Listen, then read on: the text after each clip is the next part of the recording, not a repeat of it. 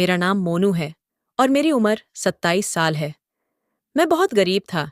जब से मेरी शादी हुई थी, तब से मेरे घर गैर लड़कों ने आना जाना शुरू कर दिया था, क्योंकि मेरी पत्नी के पास एक ऐसा पेपर था जिसे वह देती, उसकी नौकरी लग जाती। मैं हैरान था, क्योंकि मैं मजदूर था और सारा दिन काम करता था। मेरी पत्नी ने मेरी नौकरी क्यों नहीं लगवाई?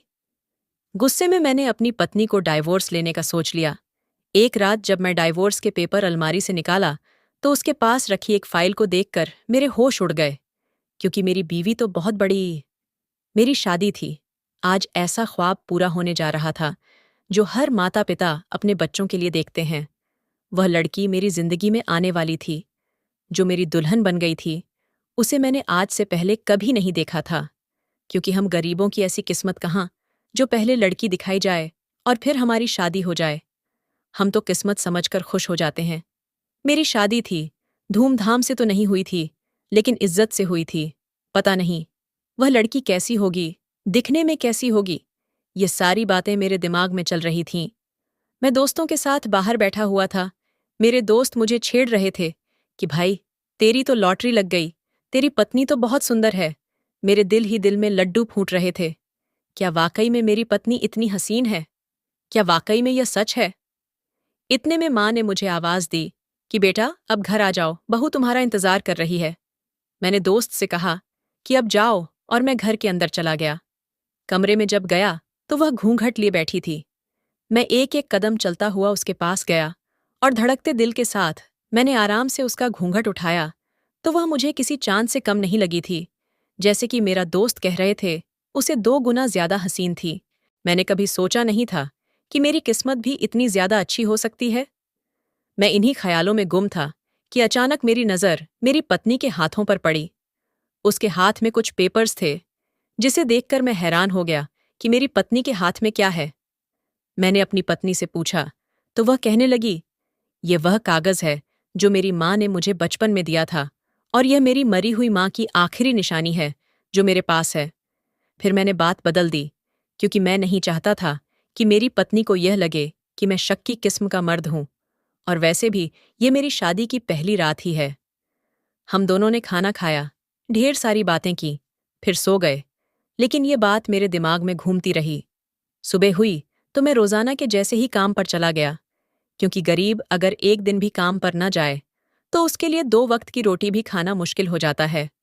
लेकिन शाम को जैसे ही घर वापस आया, तो मुझे घर में अजीब सा माहौल महसूस हुआ। ऐसा मुझे लगा जैसे कि हमारे घर में बहुत सारे लोग आए थे। पूरे घर में अजीब सी बदबू फैली हुई थी। मैंने अपनी पत्नी से पूछा, तो उसके चेहरे का रंग उड़ गया, और वह भटकते हुए कहने लगी कि नहीं, यहाँ कोई नहीं आया था।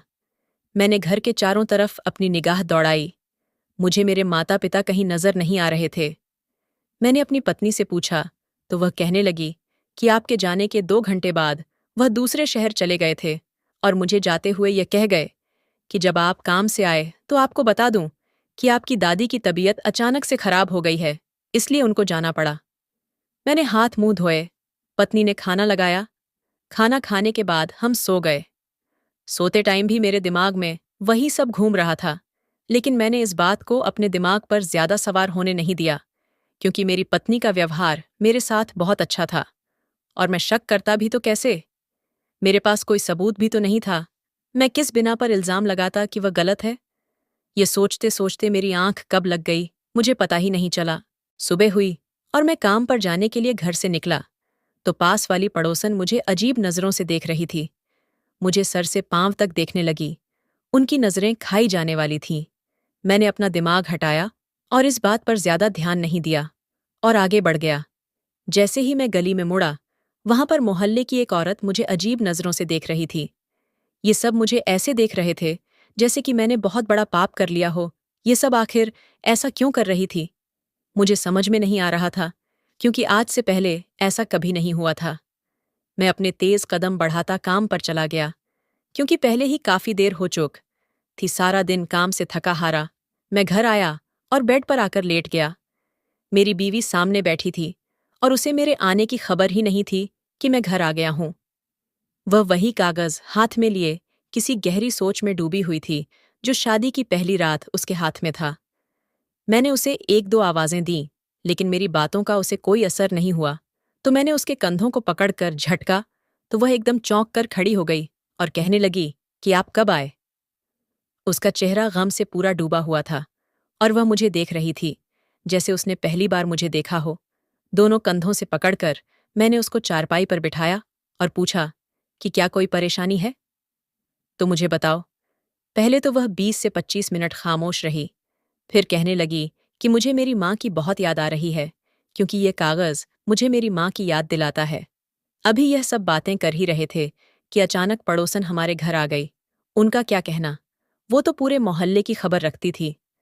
उनके आते ही मेरी पत्नी उठकर कमरे के अंदर चली गई और वो औरत मेरी पत्नी को अजीब नज़रों से देखती रही। फिर अचानक वह मुझसे कहने लगी कि बेटा, जवान पत्नी को अकेला घर में छोड़कर काम पर चले जाते हो, जरा ख्याल करा करो, तुम्हारे माता पिता भी नहीं हैं और तुम काम पर चले जाते हो, पीछे पत्नी क्या कर रही है, तुम्हें खबर रखनी चाहिए। उनकी यह बात सुनकर मेरे तन बदन में आग लग गई, क्योंकि वह मेरी पत्नी पर इल्जाम लगा रही थी, मेरी पत्नी को गलत कह रही थी। मैं उनसे कुछ नहीं कह सकता था, क्योंकि वह मुझसे बड़ी थी, और वैसे भी अगर मैं कुछ कहता तो बदनामी मेरी पत्नी की ही होनी थी। दो चार बातें करके वो उठकर चली गई। उनके जाते ही मेरी पत्नी कमरे से बाहर आकर मेरे पास बैठ गई। उसने मुझे खाना दिया, मैंने खाना खाया और चारपाई पर लेट गया। पहले मोहल्ले वाली औरतों का मुझे अजीब नज़रों से देखना, फिर उनकी ऐसी बातें मुझे शक में डालती जा रही थीं। क्या सच में मेरी पत्नी सही लड़की नहीं थी कि जब मैं घर नहीं होता तो वह गैर लड़कों को घर में बुलाती है। सुबह उठकर मैं बिना खाना खाए काम पर चला गया, क्योंकि मेरा दिल कुछ भी खाने को नहीं कर रहा था। वह कहते हैं ना, जब इंसान को दिमागी सुकून ना हो तो उसको कुछ भी खाने पीने का दिल नहीं करता। आधा दिन मैं काम सही करता रहा, लेकिन भूख की वजह से मेरी तबीयत खराब होती जा रही थी और मैं अचानक बेहोश हो गया। तो मुझे काम से छुट्टी मिल गई और मैं घर वापस आ गया। जैसे ही मैं घर के बाहर पहुंचा तो दरवाजे पर बहुत से जवान लड़कों की लाइन लगी हुई थी। मैं आगे नहीं बढ़ा और वहीं खड़ा होकर देखने लग गया कि ये सब मेरे घर के बाहर क्या कर रहे हैं। वह बारी बारी अंदर जा रहे थे। एक लड़का अंदर जाता और तकरीबन आधे घंटे बाद वापस आता, लेकिन जब वह बाहर आता तो उसके चेहरे पर एक अजीब सी चमक होती है और वह बहुत खुश होता। मेरी समझ में यह नहीं आ रहा था कि आखिर यह सब क्या हो रहा है। मेरे सर पर आसमान टूट पड़ा था। मैं लड़कों से पूछने लगा तो वह कह देते कि अंदर जो लड़की बैठी है उसके पास एक ऐसा जादुई कागज है जिससे हमारी जिंदगी बदल गई।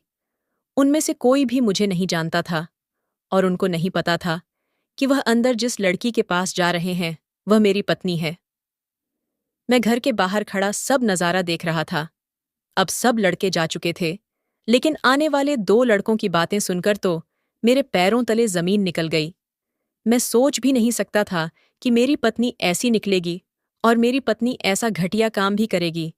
क्या वह जो लड़के बातें करते जा रहे थे वह सच थी, या फिर वह लड़के झूठ बोल रहे थे, लेकिन उनको वो झूठ बोलकर क्या मिलेगा। वह तो मुझे जानते तक नहीं थे। 3 घंटे बाद सब चले गए। दिल तो कर रहा था कि अभी जाकर पत्नी के गाल पर जोरदार थप्पड़ मारूं और उससे पूछूं कि मेरी मोहब्बत में क्या कमी रह गई थी कि तुमने ऐसा काम किया, और मेरे जाने के बाद तुम यह सब क्यों करती हो। लेकिन मैं ऐसा भी तो नहीं कर सकता था, क्योंकि मेरी नई नई शादी हुई थी। सारे मोहल्ले वाले क्या सोचते कि मैं अपनी पत्नी से क्यों झगड़ा कर रहा हूं। मैं चुपचाप घर जाकर चारपाई पर बैठ गया। मेरे दिल में हजारों सवाल उठ रहे थे, लेकिन उनका जवाब मैं कैसे अपनी पत्नी से पूछ सकता था।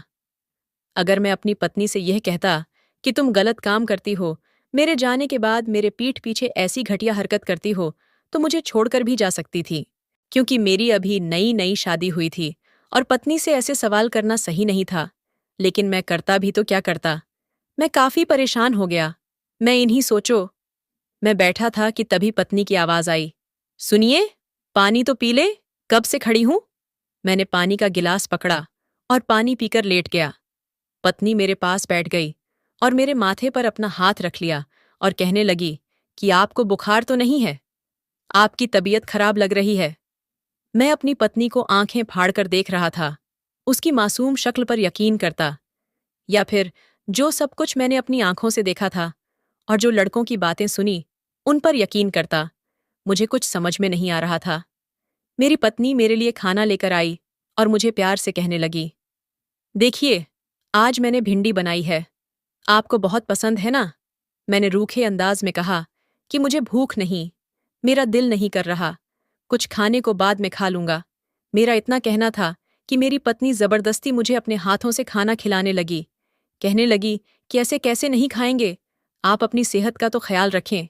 सारा दिन आप काम करते हैं और फिर खाना नहीं खाएंगे तो बीमार हो जाएंगे। वह अपने हाथों से मुझे खाना खिला रही थी और मैं उसकी चेहरे की तरफ गौर से देख रहा था। मुझे यकीन ही नहीं आ रहा था।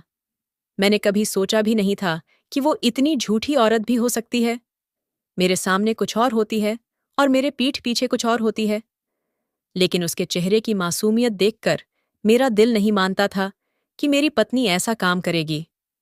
मैंने अपनी पत्नी के हाथों खाना तो खा लिया, लेकिन मुझे यकीन नहीं हो रहा था। मेरा दिल नहीं मान रहा था। मेरे दिल में कहीं ना कहीं शक की चिंगारी जली हुई थी। मैं दिमाग में प्लान बनाने लगा कि कैसे अपनी पत्नी को रंगे हाथों पकड़ा जाए, कैसे अपनी पत्नी का राज फाश करूं। मेरे दिमाग में एक आइडिया आया कि मैं सुबह काम पर नहीं जाऊंगा, सारा दिन घर पर रहूंगा और देखूंगा कि वह लड़के मेरे घर में आते हैं या नहीं आते। सुबह हुई तो मैं जानबूझकर लेटा रहा। मेरी पत्नी उठी, नहाई धोई और फिर पूजा करने लगी। उसको पूजा करते देखकर मैं सोचने लगता कि वह तो इतनी अच्छी लड़की है, व्रत रखती है, पूजा करती है, तो वह ऐसा काम क्यों करेगी? लेकिन मेरी आंखों ने जो देखा वह भी तो झूठ नहीं था। मैंने खुद देखा था कि एक लड़का 30 मिनट घर के अंदर रहता है और फिर चला जाता है। फिर उस पड़ोसन का घर में आकर ताने कसना, वह भी तो ठीक नहीं था। मेरे दिमाग में सोचो कि आंधी चल रही थी। मेरा सर भारी हो रहा था।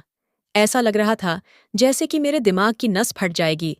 जैसे ही मेरी पत्नी ने पूजा पूरी की तो मैंने आंखें बंद कर दी और सोने का नाटक करने लगा। मेरे पास आकर उसने मुझे आवाज दी थी कि सुनिए, नाश्ता कर ले, आपको काम पर नहीं जाना। क्या आपको देर हो रही है? मैं उसकी बातें सुनने के बाद भी आंख बंद करके लेटा रहा। पत्नी की आवाज अनसुनी करता रहा। उसके 2 से 3 बार आवाज से देने पर ना उठा तो फिर वह मेरे पास आई और उसने हल्के से मेरा हाथ पकड़कर हिलाया और उठाने लगी और मैं भी उठकर बैठ गया तो अचानक मेरे मोबाइल की रिंग बजने लगी। मोबाइल चार्जिंग पर था तो पत्नी जल्दी से अंदर गई और मोबाइल चार्जिंग से निकाल कर लाए। मोबाइल स्क्रीन पर मैंने नंबर देखा तो वह मेरे पिता का था। 20 से 25 मिनट। पिताजी से बात हुई। वह घर का हाल पूछ रहे थे और बता रहे थे उनको यहाँ कुछ दिन और लग सकते हैं क्योंकि मेरी दादी की तबीयत अभी कुछ बेहतर ही हुई थी। जैसे बात बंद हुई तो मेरी पत्नी ने नाश्ता मेरे सामने लाकर रख दिया और कहने लगी, जल्दी नाश्ता करें और काम पर जाएं। मुझे एक बात की समझ में नहीं आ रही थी कि मेरी पत्नी ऐसी हरकतें क्यों कर रही थी। मैं उठकर वॉशरूम में चला गया और फिर हाथ मुंह धोने के बाद चारपाई पर बैठा और अपनी पत्नी से कहने लगा, आज मैं काम पर नहीं जाऊंगा, आज छुट्टी की है। बस इतना कहना था कि मेरी पत्नी के चेहरे का रंग उड़ने लगा और मेरी पत्नी बात सुनकर परेशान हो गई और कहने लगी, आपको काम पर क्यों नहीं जाना? तो मैंने कहा कि आज हम बाजार जाकर कुछ सामान खरीद लाते हैं, दिवाली भी आने वाली है तो मैंने सोचा कि कुछ खरीद लेता हूं। मैं तो बहाने बना रहा था कि किसी न किसी तरह घर में रहकर अपनी पत्नी पर नजर रख सकूं, और वैसे भी मैंने ये सुन रखा था कि किसी भी औरत से शॉपिंग का नाम लिया जाए तो उसकी खुशी की इंतहा नहीं रहती।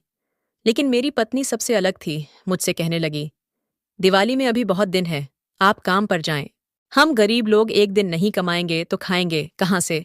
जैसे तैसे करके उसने मुझे काम पर जाने पर मजबूर कर दिया। अब तो मेरा शक यकीन में बदल चुका था और मैं काम पर जाने को तैयार हो गया तो मैंने देखा कि पत्नी के चेहरे की परेशानी भी खत्म हो चुकी थी और वह नॉर्मल हो चुकी थी। मैं घर से बाहर निकलने लगा तो मैंने पीछे मुड़कर देखा कि मेरी पत्नी खड़ी है, वही कागज हाथ में लिए उसे चूम रही थी। उसे यह नहीं पता कि मैं यह सब देख रहा हूं। आज मैंने दिल में यह वादा कर लिया था कि काम से वापस आकर अपनी पत्नी से हर सवाल का जवाब पूछूंगा जो पिछले कई दिनों से मेरे दिमाग में थे। अभी मैं उसी गली में जा रहा था तो एक नौजवान लड़का ऊंची ऊंची आवाज में यह कहता हुआ आ रहा था, यार, कल भी मैं लेट आया था और लाइन में सबसे पीछे था। कल मेरा नंबर नहीं लगा था, आज मैं सबसे जल्दी पहुंच जाता हूं ताकि सबसे पहला नंबर मेरा लगे। और वैसे भी अंदर तो 30 मिनट का काम होता है। सबसे पहले मैं करूंगा। वह लड़का फोन पर बातें करते हुए मेरे आगे से गुजर गया और मेरे घर के दरवाजे के सामने खड़ा हो गया।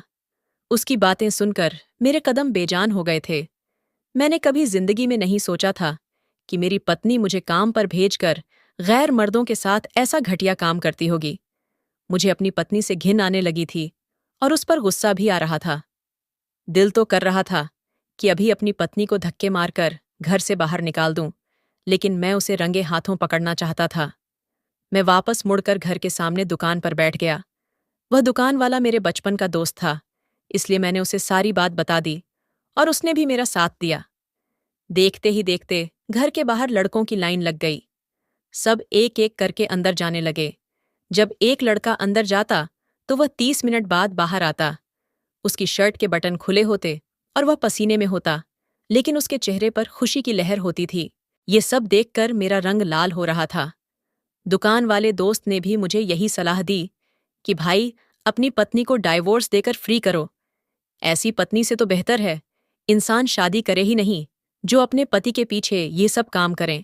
मैं पहले ही गुस्से की आग में जल रहा था। ऊपर से उस दुकान वाले की बातों ने मुझे और गुस्सा दिला दिया। लेकिन आज तो कोर्ट बंद था, क्योंकि आज संडे था। मैं पूरा दिन दुकान पर बैठा रहा और शाम को घर चला गया।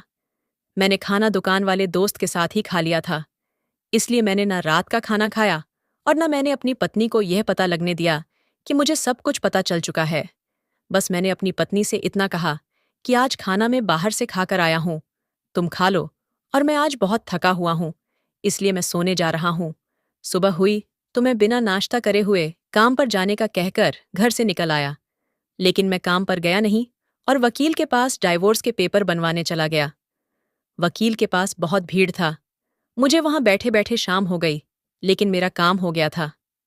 मैंने वह पेपर अपनी जेब में डाले और घर आ गया। पत्नी ने मुझे खाना लाकर दिया और बैठे बैठे यह पूछने लगी, आजकल आप चुप चुप से रहते हैं? सब ठीक तो है? आते ही जल्दी सो जाते हैं। मैं यह सोचने लगा कि मेरी पत्नी को जरा शर्म नहीं आती। मेरे सामने खुद को इतना मासूम दिखाती है और ऐसा दिखाती है जैसे मेरी बड़ी फिक्र हो। पत्नी को जवाब में मैंने बस इतना ही कहा कि आजकल काम बहुत ज्यादा होता है, इसलिए मैं थक जाता हूं और लेटते ही नींद आ जाती है। कुछ देर बाद पत्नी सो गई और मैं लेटकर आसमान के चमकते तारों को देखता रहा। मुझे अपनी शादी के वह दिन याद आ रहे थे जब मेरी पत्नी पहली बार दुल्हन बनकर मेरे घर आई थी। मैंने कितने अरमान सजाए हुए थे कि अब पत्नी के साथ जिंदगी सुकून से गुजरेगी, लेकिन शायद मेरी किस्मत ही ऐसी थी। मैं जेब से डाइवोर्स के पेपर निकालकर देखने लगा। कभी डाइवोर्स के पेपर को देखता हूं तो कभी पत्नी के चेहरे को देखता। उसके बाल उसके चेहरे पर पड़े, कितने प्यारे लग रहे थे। एक पल तो दिल करा के डाइवोर्स के पेपर को फाड़ दूं और सब कुछ भूल जाओ। लेकिन एक इज्जतदार आदमी यह बर्दाश्त नहीं कर सकता कि उसकी पत्नी के किसी और लड़कों से गैर संबंध हो। मैं पलंग से उठकर अंदर कमरे में चला गया और मैंने अलमारी से वह पेपर उठाया जिसको मेरी पत्नी पहली रात अपने साथ लेकर आई थी और जिसे वह हर वक्त अपनी आंखों के सामने रखती थी।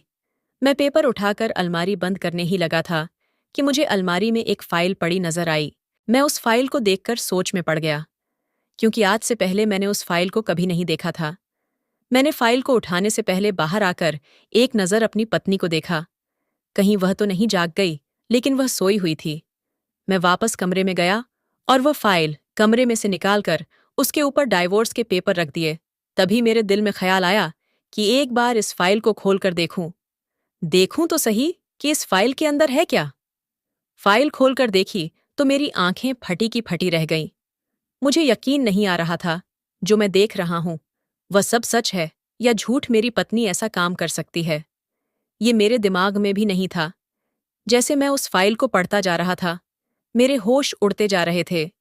मेरी पत्नी की सच्चाई ये होगी, मैंने जिंदगी में सोचा नहीं था। उस फाइल पर एक एड्रेस लिखा था। मैंने वह पता नोट कर लिया और फाइल वही अलमारी में रख दी ताकि पत्नी को शक ना हो। अपनी पत्नी का नया सच मेरे सामने आया था। ये पहले वाले से भी ज्यादा खतरनाक था। अब मुझे सुबह होने का इंतजार था कि कब सूरज की पहली किरण निकले और मैं उस राज का पता लगा सकूं। मैंने वह डाइवोर्स के पेपर भी अपनी जेब में डाल दिए। क्योंकि पहले मुझे इस हकीकत तक पहुंचना था। मैं पिछले कई दिनों से काम पर नहीं जा रहा था, लेकिन मेरी पत्नी को इस बात की बिल्कुल भी भनक नहीं पड़ी। सारी रात में इन्हीं सोचों में गुम रहा, और कब सुबह पक्षियों की आवाज मेरे कानों में पड़ी, पता ही नहीं चला। मैं पत्नी के उठने से पहले हाथ मुंह धोकर घर से निकल चला। मैंने कई रिक्शा वालों को एड्रेस दिखाया, तो उनकी समझ में नहीं आया। एक रिक्शे से एक बूढ़े आदमी उतरे, तो मैंने उनसे पूछा, जिसे देखकर वह कहने लगे, बेटा मुझे पता है यह कहाँ है, और मैं अभी अभी इसी पति से होकर आया हूँ। मेरा बेटा इस जगह नौकरी करता है। उन्होंने मुझे वहां तक जाने का रास्ता बताया, और मैं पूछता हुआ वहां तक पहुंच गया। मेरे सामने कोई घर नहीं था, बल्कि यह बहुत बड़ी फैक्ट्री थी। बल्कि मुझे यह देखकर बहुत हैरत हुई, और मेरी पत्नी का नाम लिखा हुआ था। फिर मैंने सोचा कि मेरी पत्नी के नाम की हजारों औरतें होंगी, लेकिन उस नाम के साथ मेरी पत्नी की तस्वीर भी लगी हुई थी। मैं अंदर चला गया। सामने एक ऑफिस था। मैंने सोचा अंदर जाकर पता करता हूँ। जैसे ही मैंने अंदर कदम रखा, तो कमरे की दीवारों को देखकर मेरा रंग उड़ गया। हर दीवार पर मेरी पत्नी की तस्वीर लगी हुई थी। एक कमरे में बड़ी कुर्सी जो खाली थी, लेकिन उसकी बराबर वाली कुर्सी पर एक लड़की बैठी थी, जो मुझे देखकर हैरत में हुई और पूछने लगी, आप कौन और आपको किससे मिलना है? मैंने उस लड़की से दीवारों पर लगी उन तस्वीरों का पूछा, तो वह कहने लगी, यह हमारी मालकिन की तस्वीरें हैं, जो इस फैक्ट्री की मालिक है। मुझे अपने कानों पर यकीन नहीं हो रहा था। ये लड़की जो कह रही है, क्या वह सच है? और अगर यह सच था, तो उसने मुझ जैसे मजदूर से शादी क्यों की थी? ये क्या हो रहा था? मेरे साथ मैं सच तक पहुंचने की कोशिश करता था, तो एक नया राज मेरे सामने आ जाता था। मैं वहां से फौरन अपने घर वापस आ गया। घर पहुंचकर मैंने अपनी पत्नी को सारी कहानी बताई और उससे उन सब के बारे में पूछा, तो वह मेरी तरफ मुस्कुराकर कहने लगी, मैं एक अमीर बाप की इकलौती बेटी थी। मेरे पापा की सारी दौलत मेरे नाम थी। मैं अमीरी की जिंदगी से तंग आ चुकी थी। मेरा ख्वाब था कि मेरी शादी एक गरीब आदमी से हो, जो इज्जत देना जानता हो, क्योंकि मेरे पास पैसे की कमी नहीं थी। इसीलिए मैंने आपसे शादी की। और यह राज आपको आज तक नहीं बताया कि मेरी असल हकीकत क्या है। असल में जो हमारे घर के बाहर लड़कों की लाइन लगी होती थी, वह दरअसल नौकरी के लिए आते थे। मैं उनका एक एक करके इंटरव्यू लेती और उनके कागज पर साइन करती थी। वह सब लड़के मेरी सेक्रेटरी को वह कागज दिखा देते थे और उनको वहां नौकरी मिल जाती थी। और जो मुझे कम समझदार लगते, तो मैं उन्हें दोबारा तैयारी करके आने का कहती थी। अगर आपके सामने मैं यह सब कुछ करती, तो आप जरूर वजह पूछते, इसलिए मैंने यह सब छुपकर किया। पत्नी की बातें सुनकर मुझे सुकून होने लगा था। मेरी पत्नी इतनी मासूम, इतनी दयालु दिल थी, और मैं उस पर बेवजह शक करता रहा। मैं भगवान का शुक्रिया अदा करता हूँ कि मैंने उस रात जल्दबाजी में डाइवोर्स के पेपर पर साइन नहीं किए थे, वरना इतनी अच्छी पत्नी को मैं हमेशा के लिए खो देता। मैंने डाइवोर्स के पेपर को फाड़ दिया और पत्नी से माफी मांग ली। बदले में मेरी पत्नी ने कहा कि गलती उसकी है।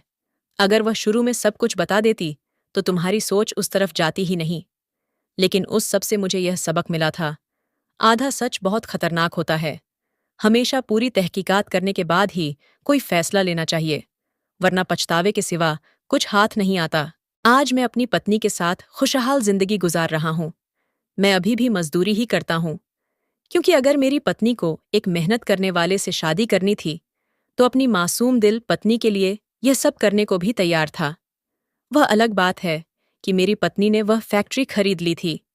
अब मैं वहां का मालिक था, लेकिन मैं फिर भी मजदूरों के साथ मिलकर मेहनत करता। मेरी पत्नी ने अपना फर्ज पूरा किया, और मैं उसकी ख्वाहिश पूरी कर रहा हूँ। इस कहानी का मकसद आप लोगों को यह बताना है कि आप लोग अपनी पत्नियों पर बिना वजह शक ना किया करें। शक एक दीमक है, जो हंसते मुस्कुराते चेहरों को चाट जाता है। कोई भी बड़ा कदम उठाने से पहले अपनी पत्नी से एक बार पूरा सच जरूर जान लिया करें। क्या मेरी पत्नी ने मुझसे सच छुपाकर सही किया था? क्या मुझे उसी दिन अपनी पत्नी को डाइवोर्स दे देना चाहिए था, जिस रोज मैंने लड़कों को घर के बाहर देखा था? क्या मैंने पूरा सच जानने के बाद अपनी पत्नी से माफी मांगकर सही किया था, या फिर मुझे सारा इल्जाम अपनी पत्नी के सर डाल देना चाहिए था और सारी जिंदगी मुझे इस बात का ताना मारते रहना चाहिए था, ताकि वह मुझसे दब कर रहे? दोस्तों, उम्मीद करती हूँ आपको हमारी कहानी पसंद आई होगी। कहानी पसंद आई है तो वीडियो को लाइक करें चैनल पर नए हैं तो चैनल को सब्सक्राइब करें और हाँ, नोटिफिकेशन बेल को ज़रूर दबाएं ताकि अगली अपडेट सबसे पहले आपको मिले।